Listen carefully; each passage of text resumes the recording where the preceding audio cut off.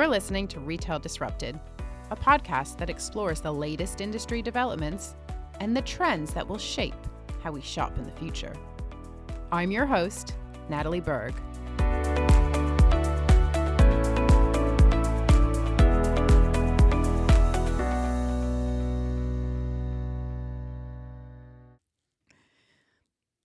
If you listened to the podcast last week, you'll remember that I started out the episode talking about Amazon's 30th anniversary. I shared a few thoughts about Amazon's achievements over the past 3 decades. I talked about how they did it. And I also shared a quote from Jeff Bezos, which, in case you missed episode 43, I'm going to share it with you again today. Now, a little bit of context before I read out this quote. It was from 6 years ago, and it was Jeff Bezos' response to an employee who asked how Amazon can stay relevant in the future and how they can avoid the same fate as Sears. Now, Sears, of course, was once the greatest retailer in the US. It was hugely disruptive for its time, but it failed to adapt, it failed to stay relevant, and we all know what happened next. So Jeff Bezos, in response, said, Amazon is not too big to fail. In fact, I predict one day Amazon will fail. Amazon will go bankrupt. If you look at large companies, their lifespans tend to be 30 plus years, not 100 plus years. So on today's episode, we're going to be exploring whether Amazon has more in the tank, what the future holds, and whether it can fend off new sources of disruption. There is no one better placed to help me do this than Maya Knights. Maya is my Amazon co-author. She is a retail tech guru and very much a friend of the podcast. Maya and I aren't going to pretend to know what the next 30 years will bring for Amazon. In retail, the only constant is change. So we're not going to call this episode Amazon the next 30.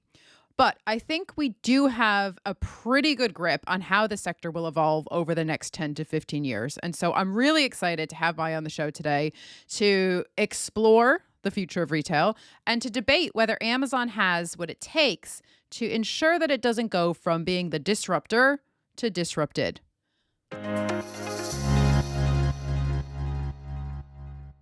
Amazon celebrated its 30th anniversary earlier this month.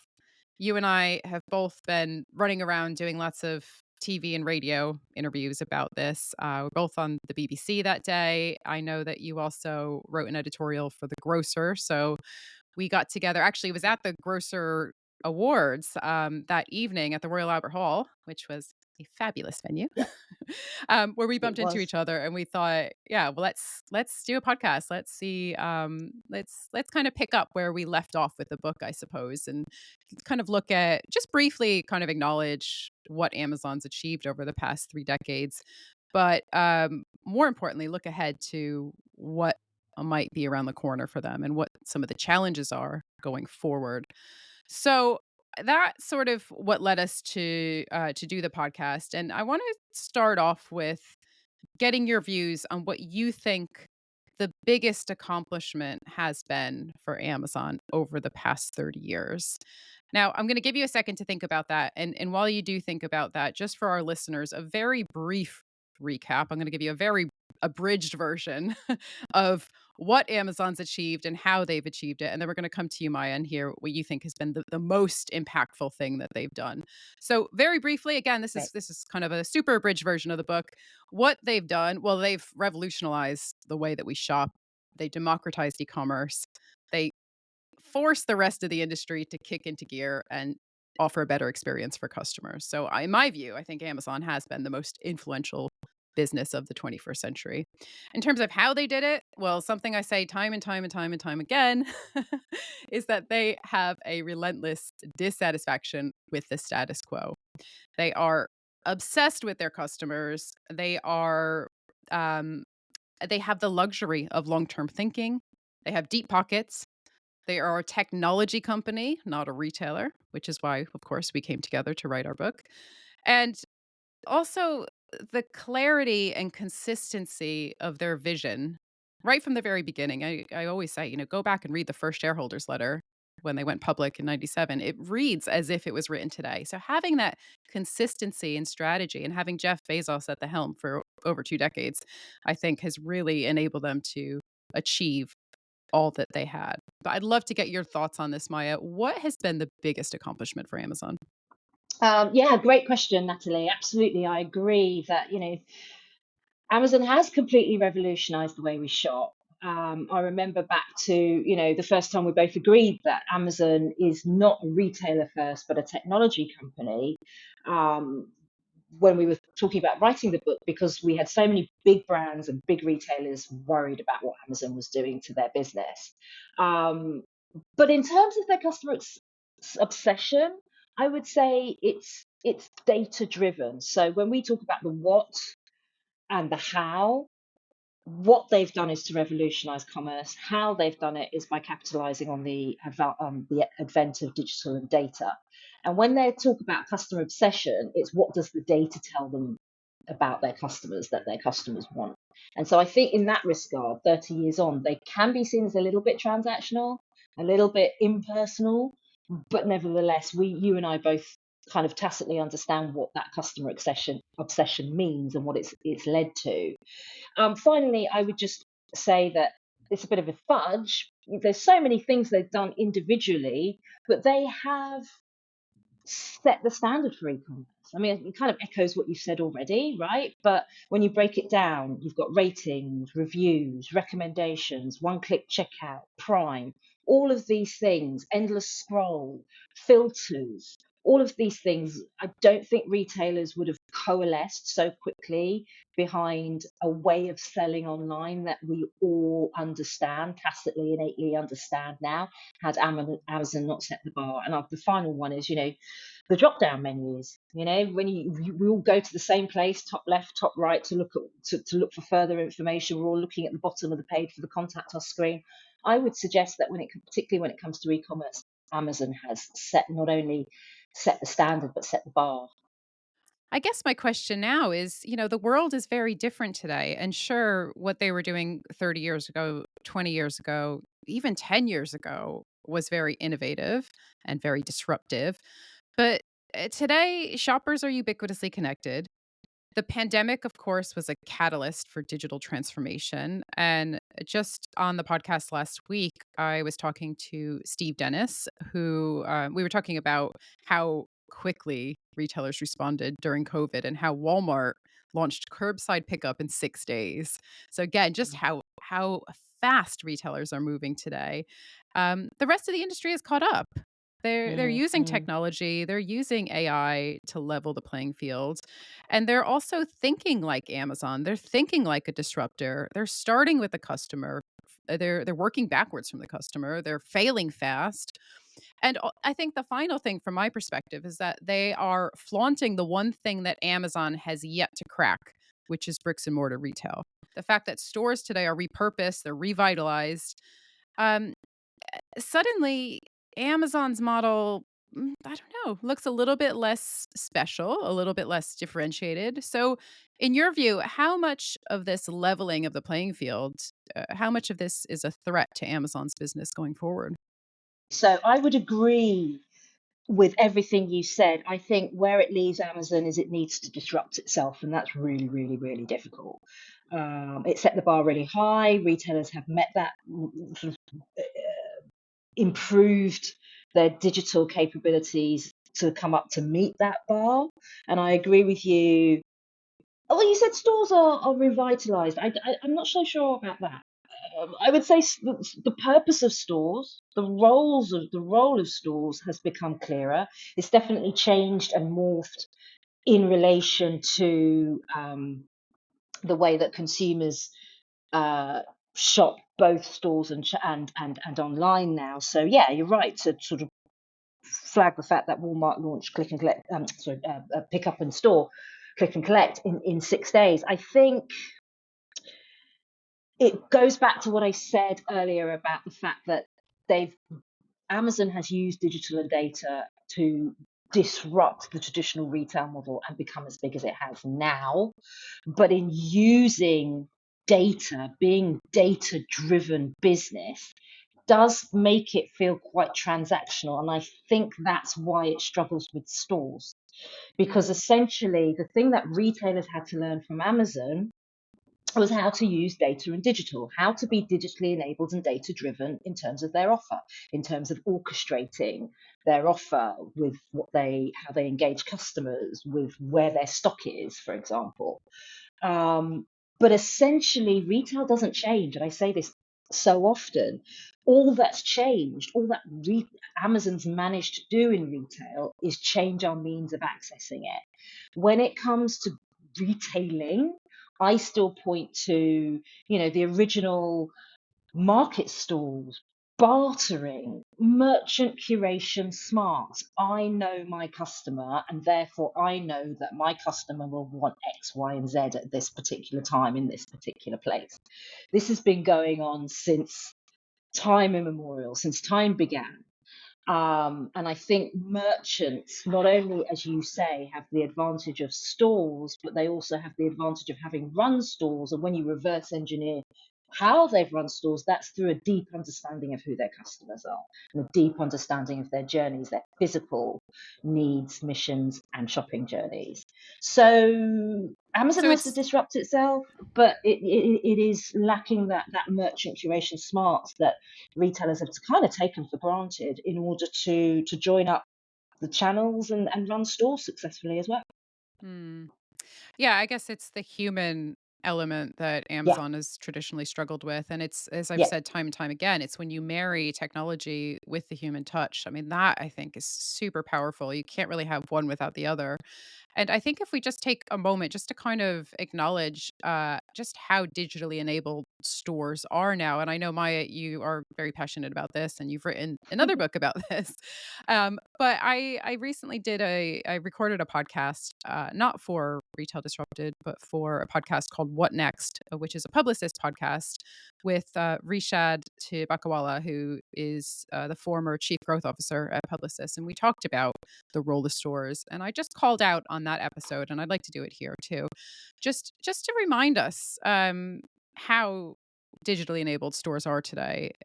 So obviously, all the work around the checkout Mm, with self checkouts, scan and go, digital screens, endless aisles, magic mirrors, electronic mm, shelf labels, mm, personalized real time promotions, digital wayfinding, equipping your staff with devices like mobile POS devices to help mhm, shoppers check out on the spot.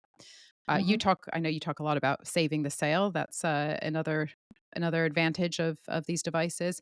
And then all the stuff that happens on the back end, all the kind of magic around click and collect, and not just click and collect, but 1 hour click and collect, or using your store as a returns hub. And there's so much innovation happening there that I won't get into for the sake of this podcast, mm, but also using your stores as fulfillment hubs to allow for same day delivery. So the store has really, really evolved. And of course, and again, there's so much to explore here, but stores do have to be more than just, digital Oh my spaces goodness. completely. Yeah. And that's, I think another conversation. But I think if we just stick with the digital aspect in relation to Amazon and how the Mhm, fact that stores today are so much more powerful, mhm, and we're seeing this real resurgence. I think if the pandemic taught us anything, it's actually we miss bricks and mortar stores.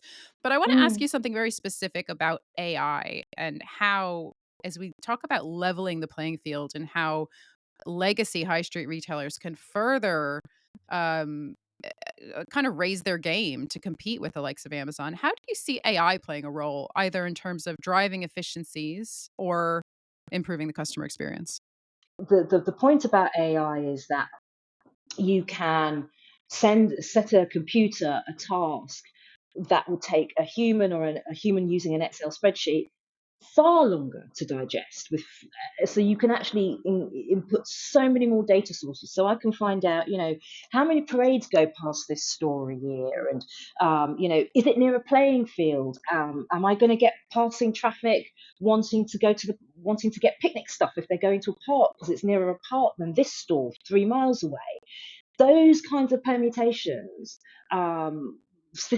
retailers haven't had access to the compute power to run those kind of permutations. So on one hand, I think They need to right size their store offer using AI, but also when we come into the store, there's a lot more that they can be doing to monitor dwell time, footfall, movement. Is the store optimized for layout purposes? And then in terms of total offer, it's, what kind of methods of payment am I offering? What Right down to not just the service wrapper, but what am I selling? The algorithm, the buy box is what decides that on Amazon. And that's traditionally been run on some quite sophisticated machine learning algorithms. All that now is completely democratized and open to retailers. They can apply AI to every facet of their business. I've just called out a couple in relation to the store there.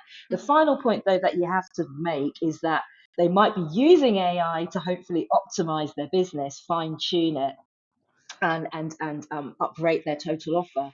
But they'll probably be running these AI systems on a cloud that either sits on AWS, cloud infrastructure that sits within AWS, or is sitting with one of the rivals because it's not AWS. So Amazon's still winning in that regard.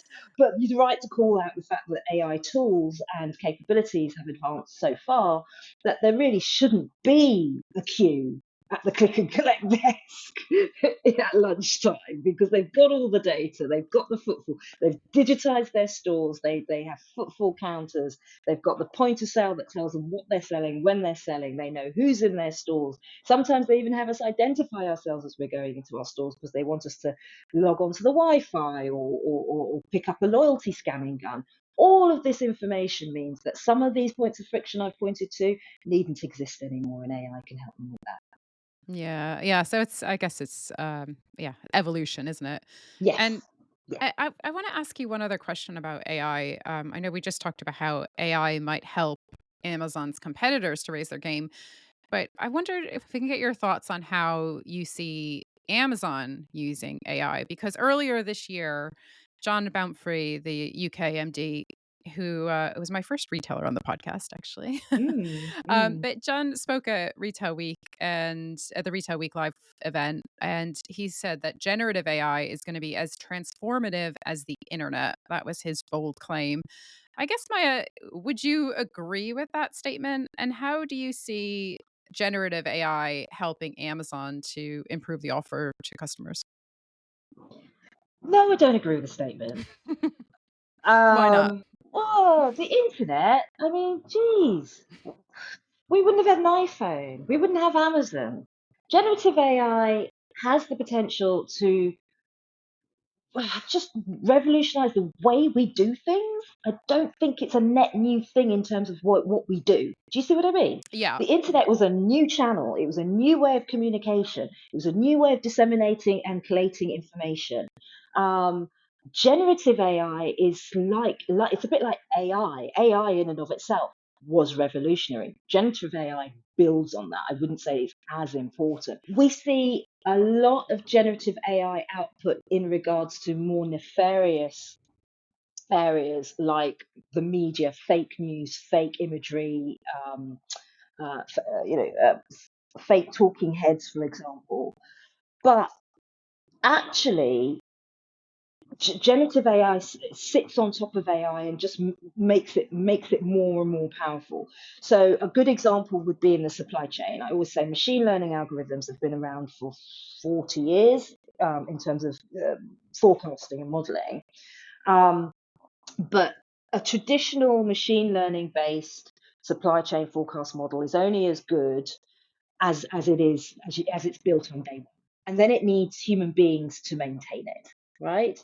Generative AI allows that same forecast to ingest text, weather, pictures, news. It might be, all sorts of other data sources that it can then use to cross-reference and correlate against the model, and therefore constantly improve the model. So you put in a supply chain forecasting model based on the more sophisticated generative AI developments today, and its worst performing days its first, and then it gets better and better and better. So would you say that's revolutionary? I don't think people are going to actually notice the difference, but what should happen, and the way Amazon is using AI right now, is to help sellers create product descriptions, help sellers create imagery, aggregate reviews. Still see a product description, we'll still see a product image, but the amount of work that's gone in, manually intensive work that's gone in to create that, will have been obliterated. So you often hear people say, AI is not coming for our jobs. It's people that can use AI that are coming for our jobs. And in that Mm. regard, I see both Amazon and the retail industry at large using generative AI to further streamline, further automate some of the more manually intensive processes. So it should make them work smarter, faster, cheaper. Smarter, faster, and cheaper is not something you and I as a customer are actually going to see. Maybe we might see it in terms of prices lowering, improved service proposition, improved service levels, but we're not going to immediately think, "Oh, thank you, Gen AI, for making that possible." Does that That make makes a sense? lot of sense. Yeah, I think the only time as a customer now, the only time I've really thought, "Ooh, thank you, Gen AI," is what they're doing with product reviews, where they're taking condensed, they're Yeah, making condensed summaries. So, yeah, having AI to kind of having the technology to kind of sift through potentially thousands of reviews and pull out what's most important and surface that to the customer so it's quick and easy and helps you to make a more informed decision. That's awesome. But that's kind of the extent of what I'm seeing from a customer's yeah. perspective.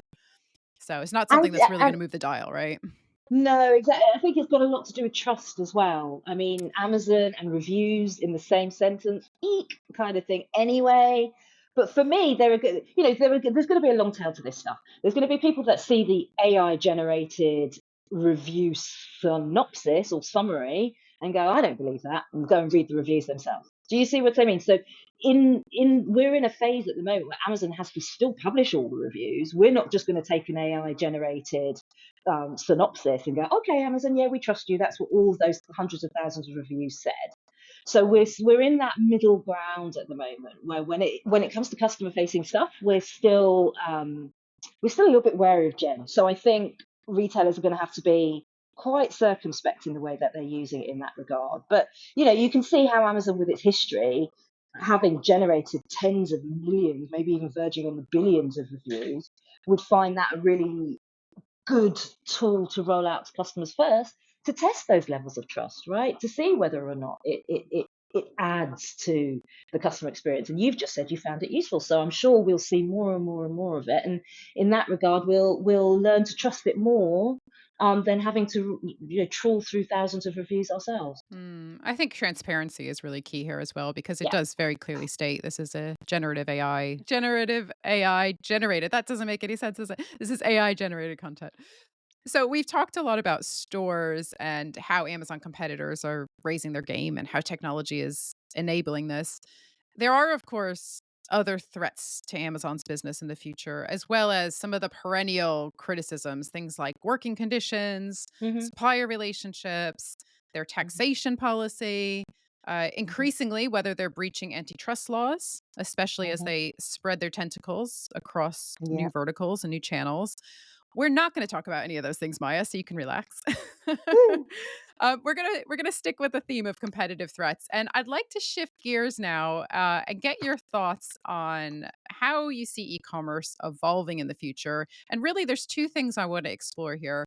One is immersive digital commerce, so you can just maybe start getting your Mm. thoughts ready on that topic. But before we do that, I want to talk about some of the new disruptors that are causing a little bit of, I wouldn't say panic, but they're certainly stirring a reaction at Amazon. So Shein, Temu, TikTok as well, but we could talk Mm. about TikTok separately.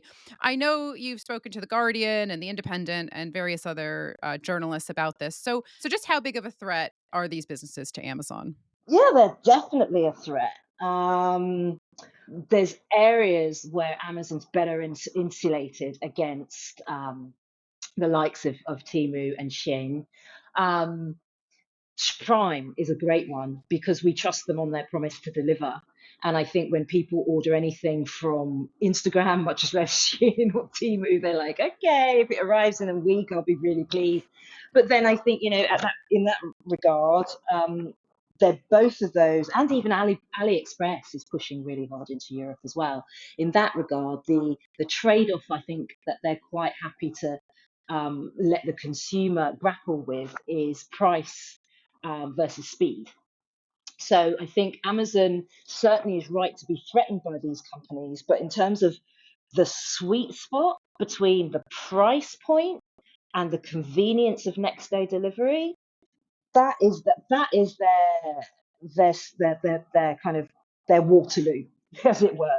That's the bit that if Shane and Temu and AliExpress and the rest of them really want to come for Amazon's business, they're going to have to somehow match Amazon on that point.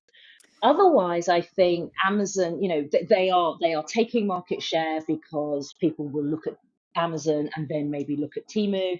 And if Amazon's a little bit more expensive, but it's not as urgent and they don't have Prime, then obviously they're going to default to Temu. So yeah, they're definitely a threat. But I think in regards to the total package, time and money, speed, convenience, price, proximity, and recognition and reward of your continued custom, Amazon's still they've got a long tail. They're still in a pretty strong position.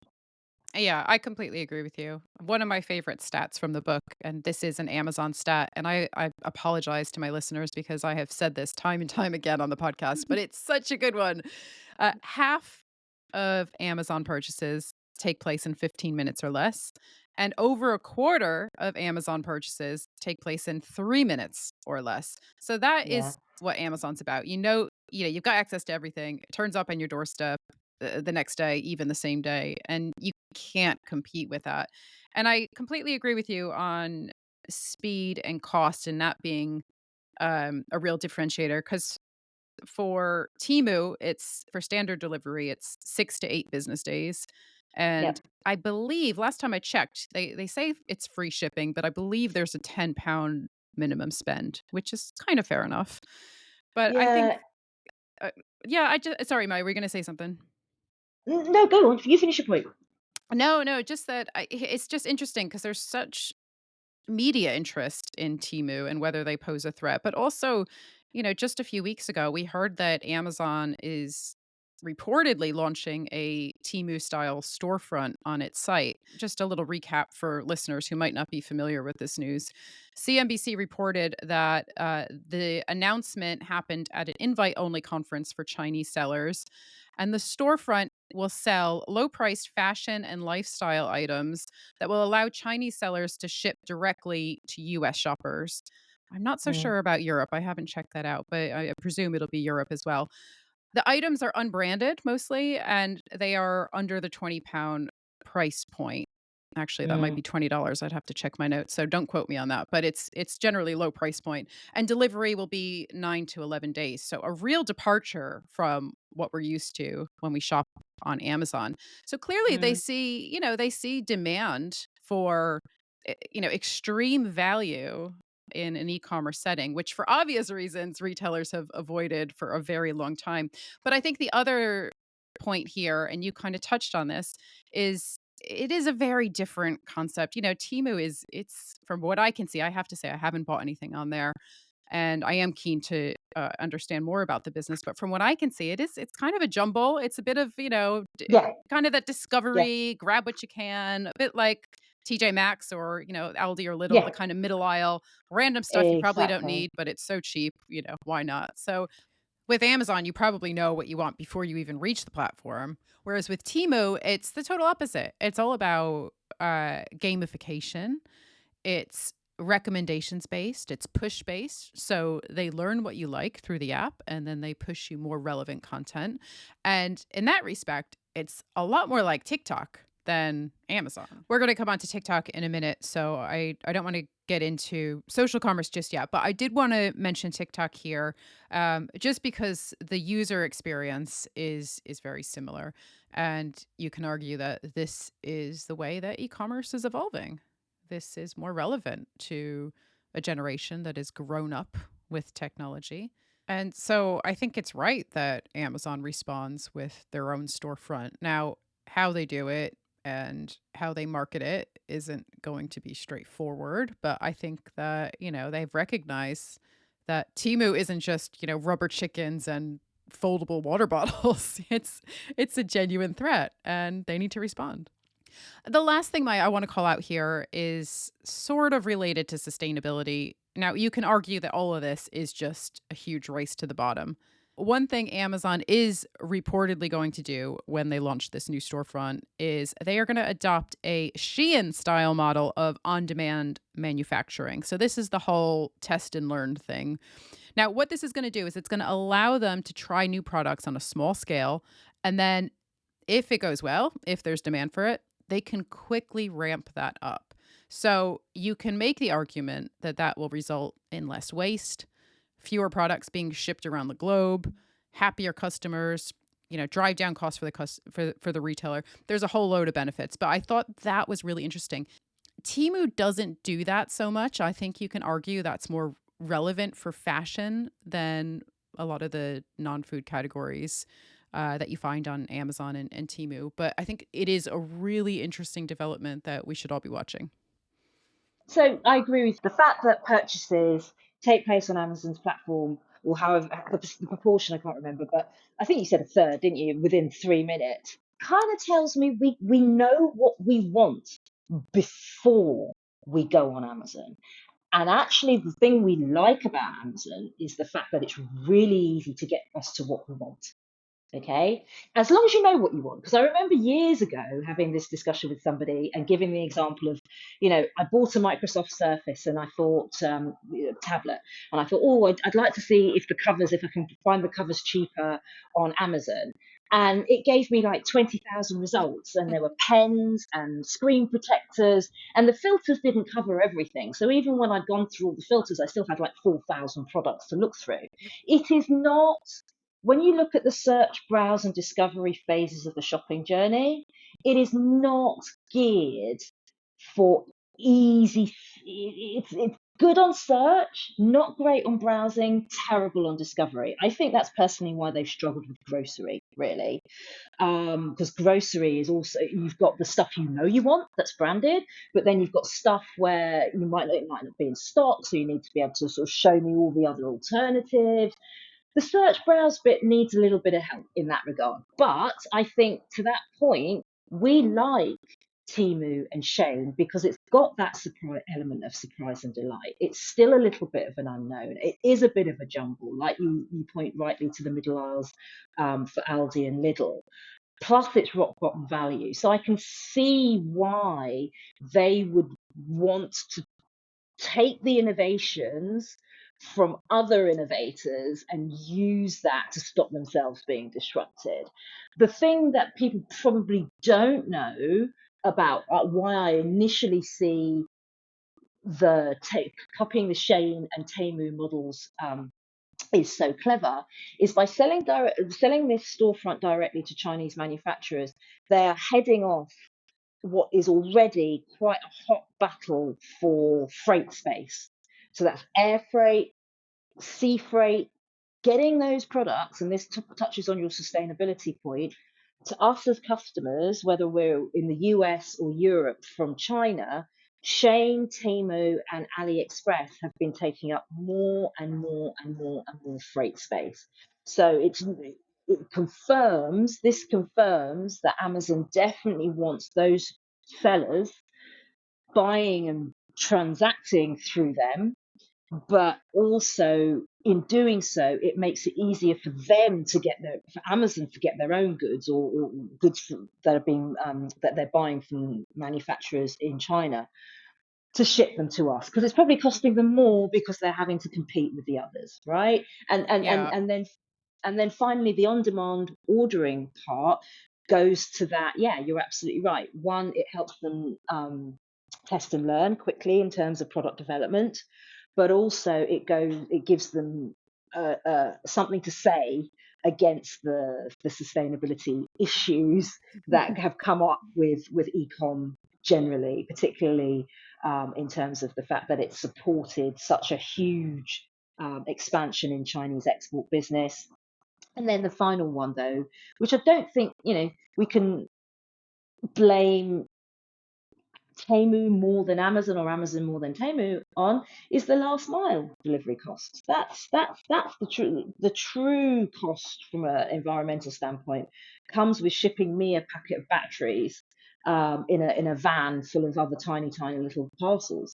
So on demand manufacturing, yeah, I can see how that would answer that question. But yeah, I think everything that we've discussed confirms that they're seen as a threat, but also cleverly that Amazon is borrowing the very things that they feel threatened by and using them in to defend their position of market leadership. And it doesn't feel like it will cannibalize their business at all. It does feel like a very separate thing altogether. And I guess just one last point around sustainability is if these products are going to be of similar quality to Timu, which is questionable, questionable Mm, quality, let's put it mm, nicely. mm, That's not great for the environment either, right? You're shipping products from no. China. They're not lasting long. They're ending up in landfill. So there are still questions around this model. And as consumers, the whole intention behavior gap really rings true here, where we Yeah, say we want to shop greener, we want to make decisions that are better for the environment, but ultimately we want convenience, we want low yeah. prices, and yeah, it'd just be really interesting to watch it unfold. It will be. I mean, it goes to the trust, though, right? Amazon's got this trust. That's where we started talking about Yes, this yeah. issue. They've got this trust. If they start, they've had so much trouble over counterfeiting, so much trouble over, goods not fit for purpose, dangerous goods, for example, as well, not passing health and safety standards in the countries where they're being sold to. I don't know that this is going to work. And the final point I'll make is that I've often said to people in Amazon's grocery business and in their fashion business, if you want to sell more fashion, you want to sell more groceries, don't call it Amazon fashion. Don't call it Amazon groceries. I can imagine that this Temu like platform, they're going to either confuse the customer by not calling it Amazon to differentiate it clearly, or they're going to confuse the customer by calling it Amazon, and then the quality, the trust, all those things that allow them that give them the strength to compete gets eroded. So they're in a difficult position. I can see why they're doing it, but it's definitely one to watch because it could go either way right now. It really could. Now, Mm. one final topic, Maya, that I wanted to get your thoughts on, and I know we've talked about this before, but immersive digital commerce. When it comes to Amazon, it's still very transactional. It's purchasing, not Yep. shopping. It's one Yep. dimensional. We don't browse on Amazon. TikTok is another emerging threat. And again, I heard Paul Mears, who is TikTok's group vertical director for retail. I heard him speak at a conference earlier this year, and he Mm. had some really interesting things to say. He said that TikTok isn't actually seen as a social network, but an entertainment service. And so he Mm. made the point that you open TikTok to watch it. And he also Mm. made the point that product search is a fast growing area. Hmm. And we know that traditionally, as in at least for the past decade or longer, most people start their product search on Amazon. So again, you can see that's Yep. a direct threat to them. And also when we think of TikTok, I mean, I got on there once and I got out really quickly because it was, just too much going on. So I'm not their target customer, but in a way I am because, their fastest growing demographic, at least here in the UK, is 35 plus. So it's not just for young people. It is Mm. a really powerful platform for retailers and Mm. brands to engage with their customers and to do it in a really Mm. unique way. So there's TikTok. There's also, the metaverse that kind of was dead before it began. There's, we saw Apple Vision Pro launch. We've seen IKEA get on Roblox and pay Yep. people to work in their virtual store. There's a lot of Yep. moving parts, but just, I guess, what are your thoughts on this, Maya? How do you see this playing out and what might it mean for Amazon's business model going forward? Okay, so I think the catch-all, why have all of these things that you've just described become popular? They're multimedia and multidimensional. Yeah, it's like going from the written word, the printing press, to the TV or to the radio. It's adding a whole new dimension. I've got my own little TikTok shop anecdote that my partner and I were going to Paris, and we ended up talking to some a mother and daughter that were going on a weekend trip there as well, outside the gate. And I asked the mum, "Oh, what are you going to do? What are you going to see?" And she went, "Don't ask me, ask my daughter." And she looked at her daughter, and her daughter said, "Everything we're doing, I got from TikTok." Um, and you can imagine, she said to me, when I was checking out restaurants, I'm not just looking at a static black and white text based TripAdvisor review. I'm not just looking at the pictures and the images that the establishment chooses to provide to Google when I do a Google search, but I'm seeing what other people are sharing in video format. I'm hearing the sounds. I can practically smell the food because I've got that multimedia, multi-dimensional view. So I'm definitely seeing that there's more of an appetite of that because people just want to know. I think people are the common thread beneath all of it is that they're looking for authenticity. And if someone's taken a video and you can see it's not doctored, it's a short form TikTok type video, and they've uploaded it. It's not Instagram where they've photoshopped it with inch of its life and they've added filters. This is short form, really raw, little bits of video, shared user generated content that we can trust. And so yes, I am seeing the same things. I'm hearing the same things, that TikTok is emerging as like the shopping engine of the next decade for digital commerce, for immersive commerce. And so, yeah, I think retailers, including Amazon, need to take note of that. I've also been involved with a couple of TikTok executives presenting at events and so on. And it's been rammed. Anytime anybody from TikTok stands up to talk about the shop, retailers and brands are desperate to find out more. But I'm also hearing behind the scenes that brands particularly are very, very keen to get on TikTok, but they don't understand that it is this very authentic, very quick turnaround content that they need to focus on, where they might be planning 4 to 6 major campaigns globally a year. They need to be turning around content on TikTok every 6 days. And this is a new way of working for them that I think really exposes retailers and brands' traditional marketing methods, traditional ways of being found. It's another dimension to the whole, dare I use the word omni-channel retail conundrum. It's just another channel. But each one needs something different. Each one requires a little bit of nuance in terms of understanding of the format, the medium, the delivery methodology, the audience for it, and TikTok is just another one. Thank you for listening to Retail Disrupted. If you enjoyed this episode and would like to support the podcast, please leave a rating or review or share it with others. It really makes a difference.